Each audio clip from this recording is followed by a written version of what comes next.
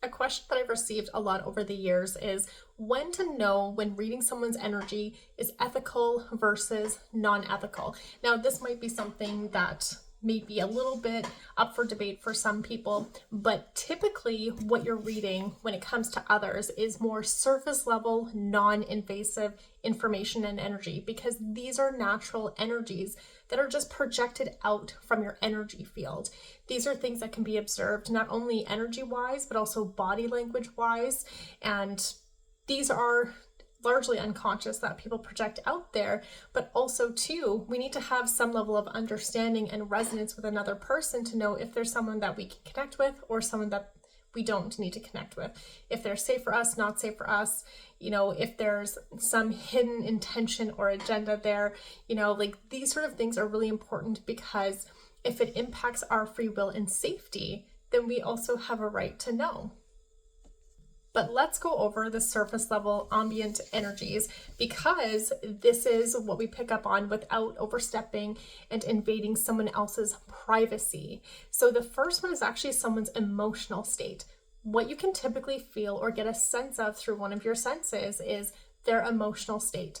And this comes through the auric field as well, okay? This the second layer of the auric field. I'm not going to get too much into it, but it's constantly in flux because it does change from day to day, sometimes minute to minute, hour to hour, right?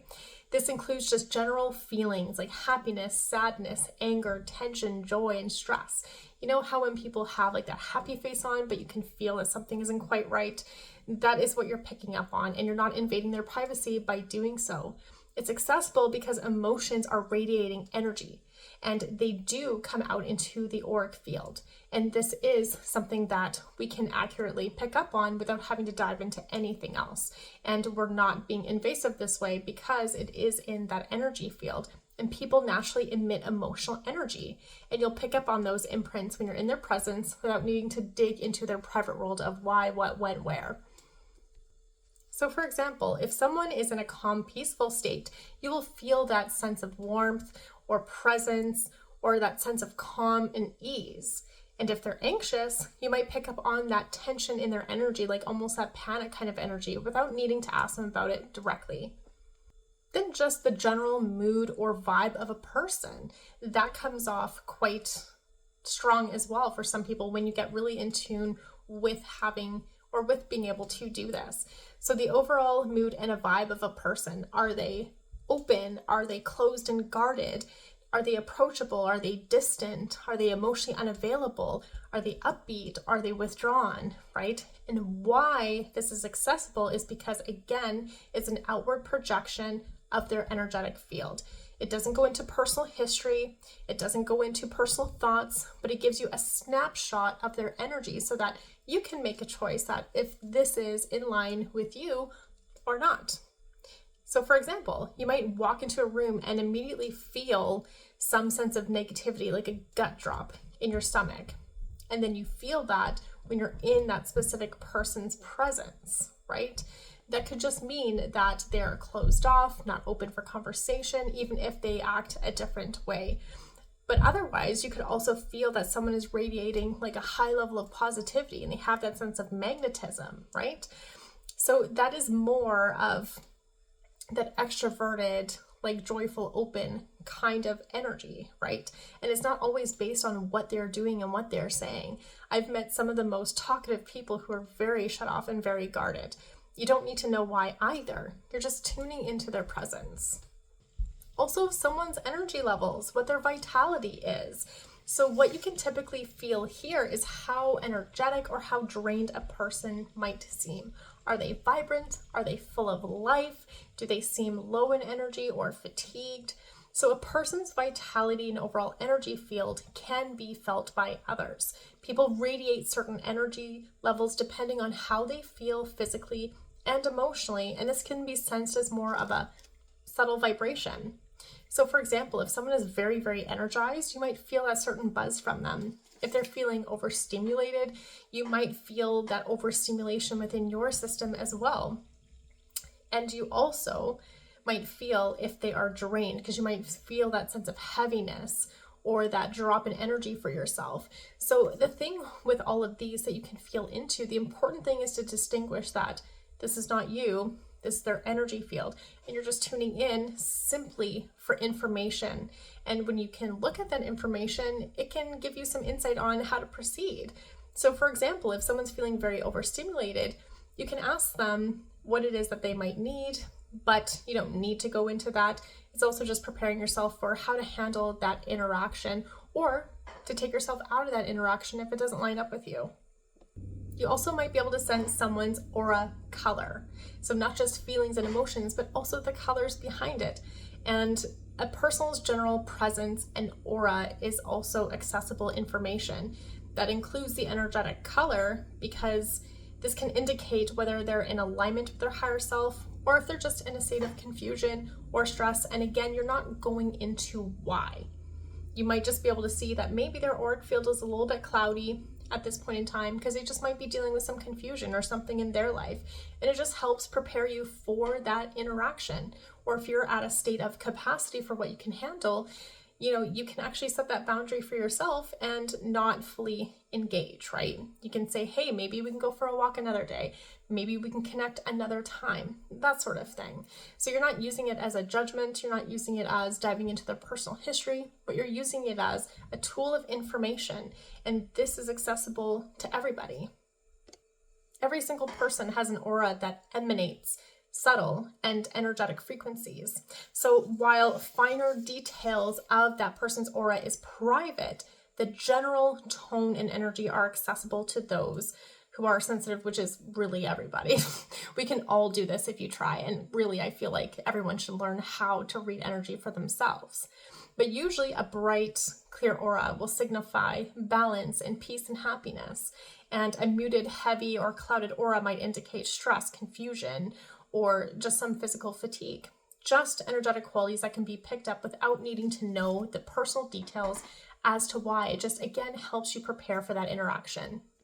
And you can overall feel into someone's overall intention, especially when it comes to you. So while we may not all be tuned in to read these things, someone's overall intention, especially for another person, is public information, because that can be deemed as something that goes against another person's free will. So say someone has a very malicious intent for another person, that will impede another person's free will. That goes against universal law. And if it's including another person, that energy has to be open and accessible to some capacity. And why it's accessible is because this is more outwardly expressed in someone's behavior, their body language, their energetic presence, and how they also speak. So for example, someone's energetic intention, like if they're open and optimistic, you'll feel that invitation to engage, like if someone really wants to connect with you. But you can also tell that even if someone's around you, depending on how they act and respond, but even energetically, like if they're very closed off, if they're not listening, if they're not engaging, then that just means that, of course, their intention isn't to actually spend that time with you, right?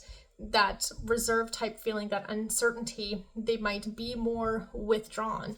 But even what I've noticed with people that have had more of like a positive outward expression, they've also had different intentions behind that. So where they're trying to get something out of that connection. And while you can make the argument that everyone's trying to get something, but you can tell if someone is holding on to something because they want something out of it that benefits them, right? So if they have different intention other than just being that unconditional love and support and friendship, right? You can sense if someone's using you for your money or affection or whatever, right?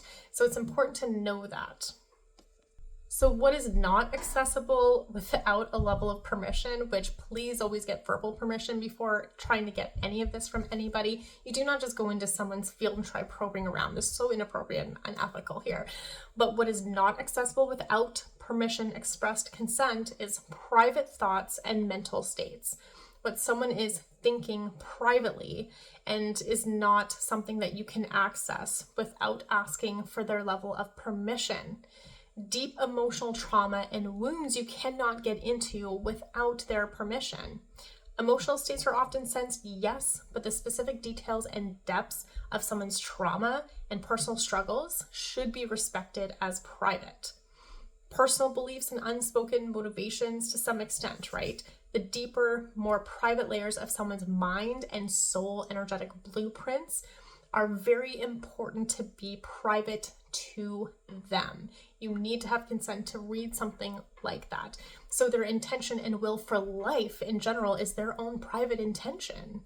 This is not something that just anyone can access. This is something that should be respected as private, and if they feel like sharing, they can share that with you. Someone's intention and will is how they manifest into the world, and honestly should be treated as sacred and only shared with those that they love and trust. Same with the deeper layers of your soul. That's not something that we should all just be blasting about, because again, we just live in this world of duality. So treating our own personal information as sacred and trusting the boundaries around that. So some ethical practices for reading energy is, 1, be patient, but also be present and observant. Just take in what is naturally available in someone's energy without forcing an interpretation or trying to go deeper without consent. Always ask for permission.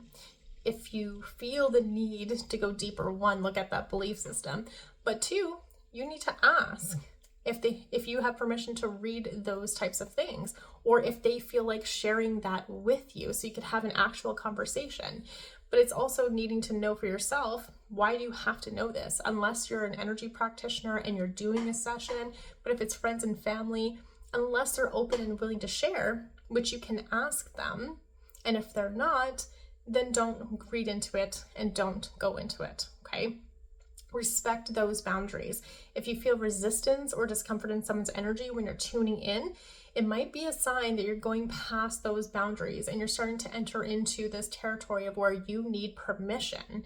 So respect that boundary and do not go any further.